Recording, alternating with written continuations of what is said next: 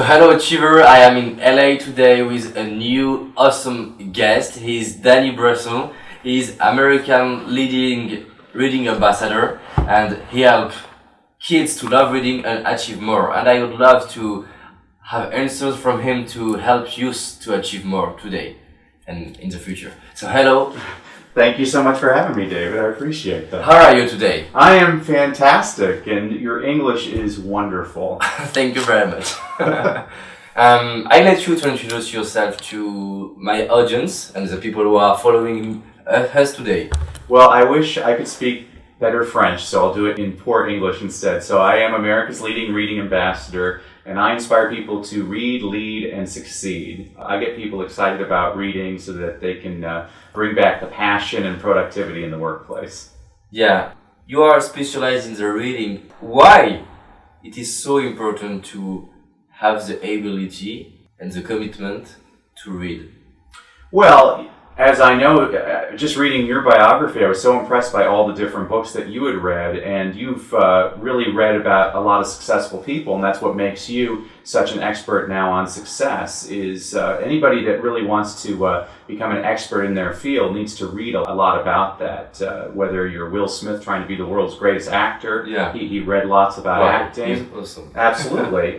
Bill Gates read every single thing he could ever get his hands on about computers, as did Steve Jobs. I guarantee you there's nobody that's ever been a president of any country that wasn't a voracious reader. Harry Truman said, all readers aren't necessarily leaders, but all leaders are readers. And I think that tells a lot. Good point too. Absolutely. And I would like to ask you something, but I would like to think in a way that maybe someone are thinking about that.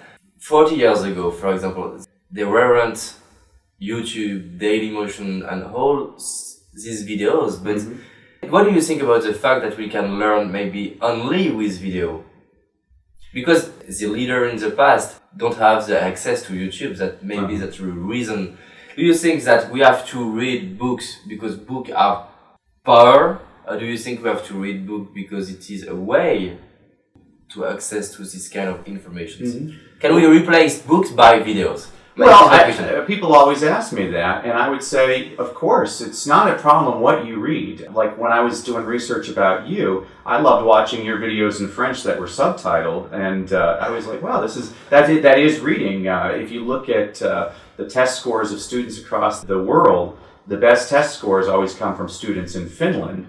Well, they were wondering why Finnish students did so well. Well, most of the TV shows in Finland are American shows that are subtitled in Finnish, and so the kids are sitting there watching TV, but they're reading the Finnish subtitles, and that's what made them really good readers. And so I love books and I love newspapers, but if a person loves reading just updates on their cell phone or their iPad, that's reading as well. And so reading is a door that opens up a broader world to you. I think that video is fantastic, and I think that reading really works well with video.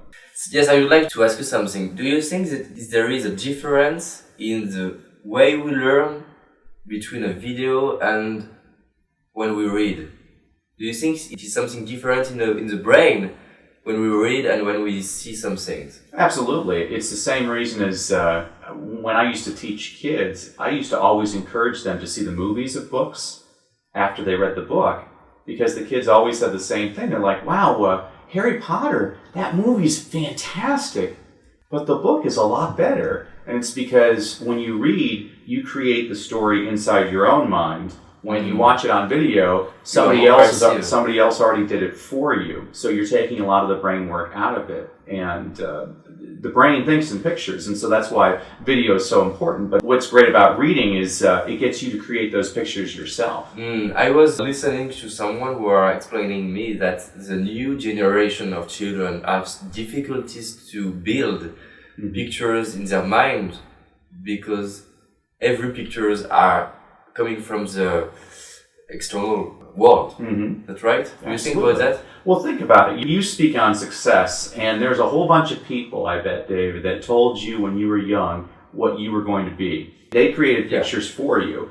And what amazed me about you is you're only 24 years old, but you decided not to listen to a lot of those pictures, and in your own mind, you created your own pictures of what you thought success would be, and you've brought those to fruition.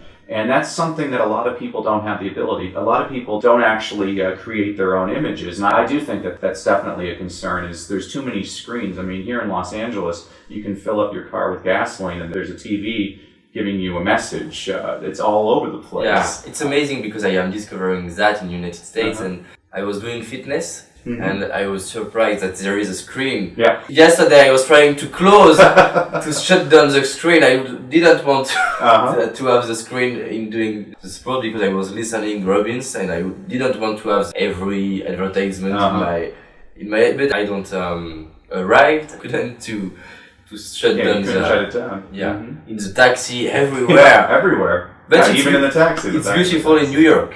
Yeah. Yeah. Absolutely. So, do you help children to only read or read fast? Because I read a book about fast reading.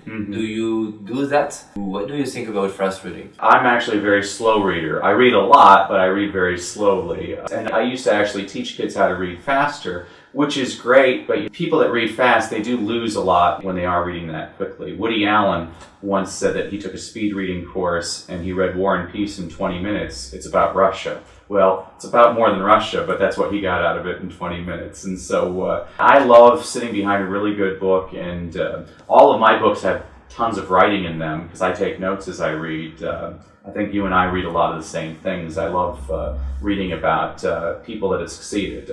I just read the Steve Jobs biography by Walter Isaacson, and I have tons of notes inside that book. And to me, I have no problem spending a weekend on a really good book like that. So there's nothing wrong with reading quickly, but I think you lose something out of that. And so basically what I do is I get people so they want to read. I think schools teach kids how to hate reading. They teach people how to study. And so what happens is when people finish school, they finish learning. And people like you and Julie and me, what I love about us is we constantly want to learn. So we're challenging ourselves with reading lots of great books. And you will discover that Julie maybe love more than me. Well, that's good that you're with Julie then. She'll make you a better reader. Yeah, I think so. Yeah.